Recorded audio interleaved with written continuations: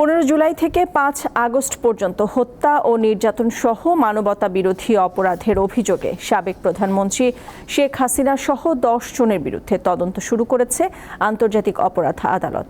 এর আগে মামলাটি আন্তর্জাতিক অপরাধ ট্রাইব্যুনালে রেকর্ড করা হয়। সকালে উচ্চ আদালতে মামলার রিটকারী আইনজীবী MS তামিম জানান, গতকাল করা আবেদনের মামলা হিসেবে রেকর্ড নিয়ে আজ তদন্ত কর্মকর্তা হিসেবে মোহাম্মদ আতাউর রহমানকে নিযুক্ত করা হয়েছে। মামলার বাকি আসামিরা হলেন সাবেক স্বরাষ্ট্রমন্ত্রী আসাদুজ্জামান খান, সাবেক সড়ক যোগাযোগ ও সেতু মন্ত্রী ওবায়দুল কাদের, সাবেক ICT প্রতিমন্ত্রী জুনায়েদ আহমেদ পলক, সাবেক তথ্য প্রতিমন্ত্রী আলী আরাফাত, সাবেক IGP, সাবেক DMP কমিশনার, সাবেক DB প্রধান এবং যুবলীগ ও ছাত্রলীগ সভাপতি। আন্তর্জাতিক অপরাধ ট্রাইব্যুনালের তদন্ত সংস্থায় এই জুলাইয়ের গণহত্যার অভিযোগে একটি অভিযোগ দায়ের করা হয়েছে, যেখানে 10 জনকে আসামি করা হয়েছে। সাবেক প্রধানমন্ত্রী শেখ হাসিনা, তার মন্ত্রী পরিষদের কয়েকজন সদস্য, পুলিশ, র্যাব এর ঊর্ধ্বতন কর্মকর্তা এবং সংগঠন হিসাবে বাংলাদেশ আওয়ামী লীগ এবং তার অঙ্গ সংগঠনকে এখানে আসামি করা হয়েছে। ঘটনার মেয়াদ দেওয়া হয়েছে 15 জুলাই থেকে 5 আগস্ট পর্যন্ত। 1 জুলাই থেকে 5 আগস্ট পর্যন্ত ঘরে থাকা অবস্থায় নিহত নারী ও শিশুকে কেন ক্ষতিপূরণ দেয়া হবে না এবং এ সময়ে সংঘটিত গণহত্যার ঘটনায় কেন আন্তর্জাতিক তদন্ত কমিশন গঠন করা হবে না তা জানতে চেয়ে রুল জারি করেছে হাইকোর্ট।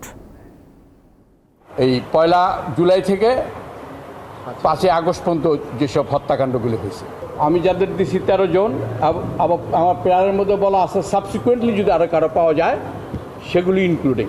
আমরা বলছি ন্যূনতম 1 কোটি টাকা, শুনানি না হওয়া পর্যন্ত 50 লক্ষ টাকা করে প্রতি ভিক্টিমকে দেওয়ার জন্য অ্যাটর্নি জেনারেল সাহেব এসে একটা সময় নিছেন। এটা আগামী 5ই সেপ্টেম্বর তারিখ নির্ধারণ করা হয়েছে। বৈষম্য বিরোধী ছাত্র আন্দোলনের ব্যানারে সারা দেশে সপ্তাহব্যাপী রেজিস্ট্যান্স উইক কর্মসূচি পালন করা হচ্ছে। বৃহস্পতিবার সকাল থেকে শাহবাগে দলে দলে জড়ো হতে থাকে বিভিন্ন বিশ্ববিদ্যালয়ের শিক্ষার্থীরা। স্লোগানে তারা হত্যাকাণ্ডে জড়িত শেখ হাসিনা ও তার দোসরদের দ্রুত বিচারের আওতায় আনার দাবি জানান। এ সময় বৈষম্য বিরোধী আন্দোলনের অন্যতম সমন্বয়ক সার্জিস আলম বলেন, যত দ্রুত সম্ভব শেখ হাসিনাকে বিচারের আওতায় আনতে হবে। এ সময় সজীব ওয়াজেদ জয়ের বক্তব্যের সমালোচনা করেন বৈষম্য বিরোধী আন্দোলনের অন্যতম সমন্বয়ক হাসনাত আব্দুল্লাহ।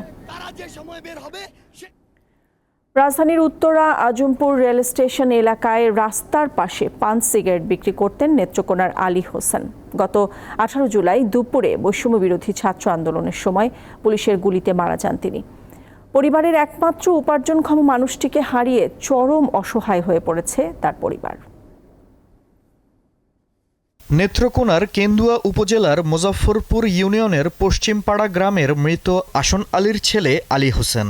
বড় সন্তান হওয়ায় বাবার মৃত্যুর পর পরিবারের ভরণ পোষণের ভার পড়ে তার কাঁধে। বৃদ্ধ মা, ছোট ভাই, স্ত্রী ও 3 মেয়ে আছে আলীর পরিবারে। গ্রামে ব্যবসা করতে গিয়ে কয়েক লাখ টাকা ঋণ হয়ে যায়। সেই টাকা পরিশোধের জন্য বছরখানেক আগে স্ত্রীকে নিয়ে ঢাকায় আসেন আলী হোসেন। রাজধানী উত্তরার আজমপুর রেল স্টেশন এলাকায় রাস্তার পাশে পান সিগারেট বিক্রি করতেন তিনি। 18 জুলাই দুপুর থেকে নিখোঁজ হন আলী। পরে কুয়েত মৈত্রী হাসপাতালে তার মরদেহ পাওয়া যায়। মূলত কোটা আন্দোলনকারী ছাত্রদের দমানোর জন্য পুলিশের ছোড়া গুলিতেই মারা যান আলী হোসেন। মা ফোন দিছে, বাবার হয় না, তারপর বলে পশু তার মারা গেছে।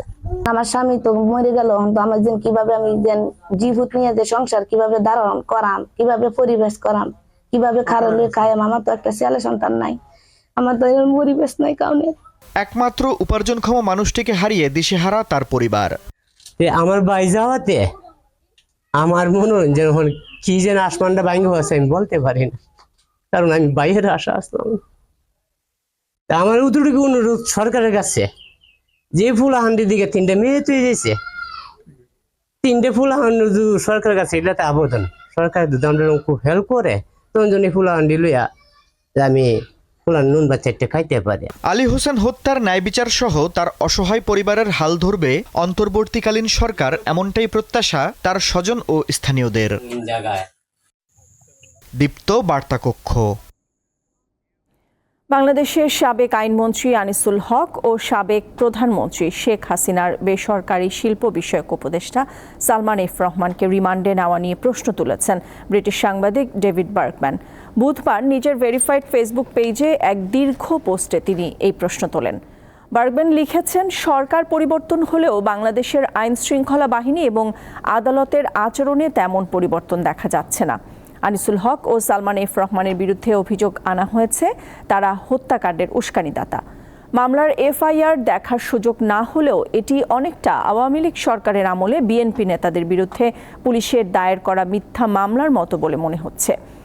সাংবাদিক ডেভিড বার্গম্যান ডক্টর কামাল হোসেনের মেয়ে সারা হোসেনের জামাতা।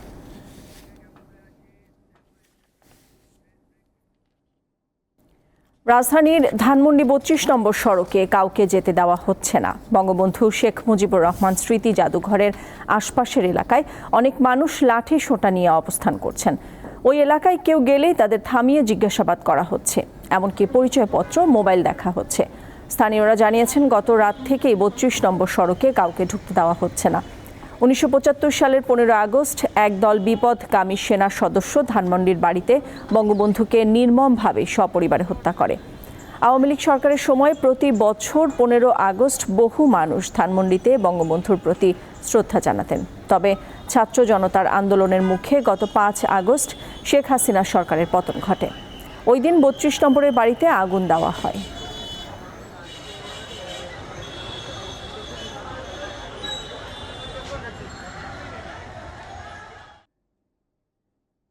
আজ ১৫ আগস্ট বঙ্গবন্ধু শেখ মুজিবুর রহমানের মৃত্যুবার্ষিকী। ১৯৭৫ সালের ১৫ আগস্ট একদল বিপদগামী সেনা সদস্য বঙ্গবন্ধুকে নির্মমভাবে হত্যা করে। রাজধানীর ধানমন্ডির ৩২ নম্বরের বাসভবনে বঙ্গবন্ধু ছাড়াও এই দিন তার সহধর্মিণী বেগম ফজিলাতুন্নেসা মুজিব, ৩ ছেলে শেখ কামাল, শেখ জামাল ও শেখ রাসেল, পুত্রবধূ সুলতানা কামাল ও রোজি জামালকে হত্যা করা হয়। বঙ্গবন্ধুর একমাত্র ভাই শেখ আবু নাসের, সামরিক সচিব জামিল উদ্দিন আহমেদ, এসবি কর্মকর্তা সিদ্দিকুর রহমান ও সেনা সদস্য সৈয়দ মাহবুবুল হককেও হত্যা করে ঘাতকরা। বঙ্গবন্ধুর ভাগ্নে যুবলীগের নেতা শেখ ফজলুল হক মনির বাসায়ও একই দিনে হামলা চলে। তিনি ও তার অন্তঃসত্ত্বা স্ত্রী আরজু মনি হত্যার শিকার হন।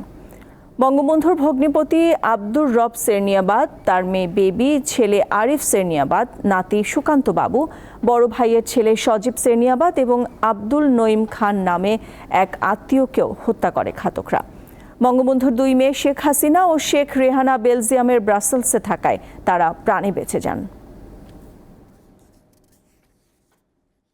বঙ্গবন্ধুর মৃত্যুবার্ষিকীতে তার জন্মস্থান গোপালগঞ্জে নানা কর্মসূচি গ্রহণ করা হয়েছে। দিবসটি উপলক্ষে গোপালগঞ্জ জেলা আওয়ামী লীগ কার্যালয়ে জাতীয় পতাকা অর্ধনমিত রাখা এবং দলীয় পতাকা ও কালো পতাকা উত্তোলন করা হয়েছে। এছাড়াও সকালে গোপালগঞ্জ জেলা আওয়ামী লীগ ও এর সহযোগী সংগঠনের পক্ষ থেকে বঙ্গবন্ধুর প্রতিকৃতিতে পুষ্পমাল্য অর্পণ করা হয়।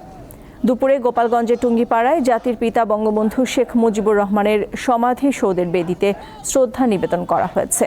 এরপর মসজিদে ৭৫-এর ১৫ আগস্ট নিহত সকলের রুহের মাগফিরাত কামনায় মিলাদ মাহফিল, বিশেষ দোয়া ও আলোচনা সভা অনুষ্ঠিত হয়।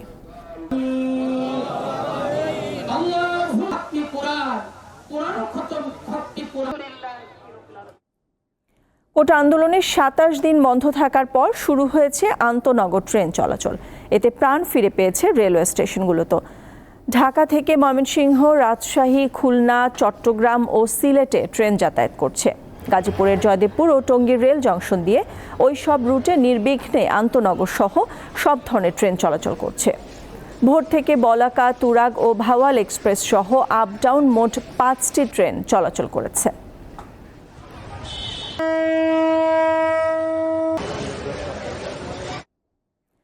বাংলাদেশ ইস্যুতে ভারতের সঙ্গে সম্মিলিতভাবে কাজ করতে চায় যুক্তরাষ্ট্র।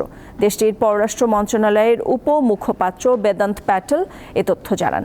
বুধবার ওয়াশিংটনে মার্কিন পররাষ্ট্র মন্ত্রণালয়ের ব্রিফিংয়ে বেদান্ত প্যাটেলকে বাংলাদেশের সাবেক প্রধানমন্ত্রী শেখ হাসিনার নেতৃত্বাধীন সরকারের পতন এবং দেশটির সাম্প্রতিক পরিস্থিতি নিয়ে প্রশ্ন করেন দুই সাংবাদিক। জবাবে তিনি বলেন, বাংলাদেশে যাবতীয় সহিংসতার অবসান এবং জবাবদিহিতা ও আইনের শাসন নিশ্চিত হোক। তিনি জানান, ভারতীয় অংশীদারদের সঙ্গে নিয়মিত যোগাযোগ রাখছে যুক্তরাষ্ট্র। বাংলাদেশ ইস্যুতে দক্ষিণ এশিয়ার অন্য দেশের সঙ্গেও যোগাযোগের কথা জানান প্যাটেল।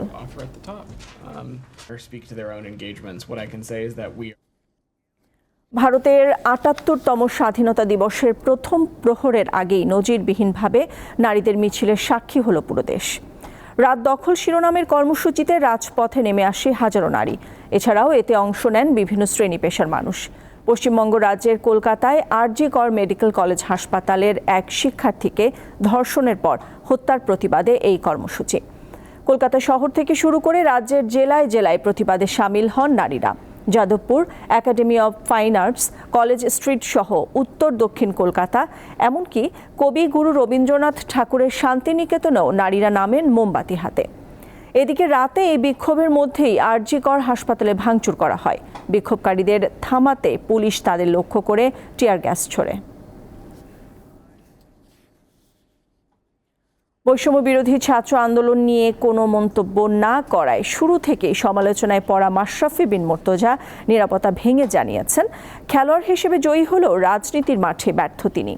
এক ভিডিও বার্তায় মাশরাফি জানান, শিক্ষার্থীদের সাথে আলোচনার ইচ্ছা থাকলেও নানা জটিলতায় তা করা হয়নি। যদি এক কথায় উত্তর দিই তাহলে বলতে হবে যে আমি আসলে ব্যর্থ হয়েছি এখানে।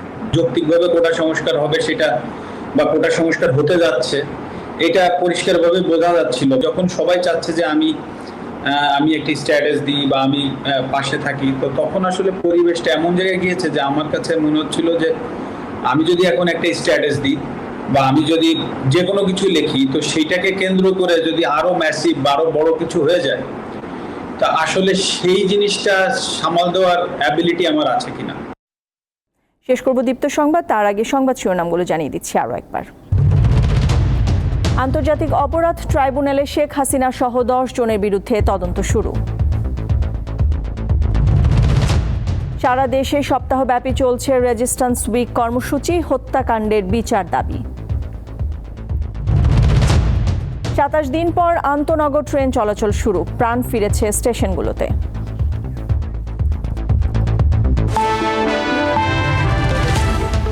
এই ছিল এখনকার মতো। বিকেল 4টায় নিউজ আপডেট দেখার আমন্ত্রণ রইল। সাথে থাকার জন্য ধন্যবাদ সবাইকে।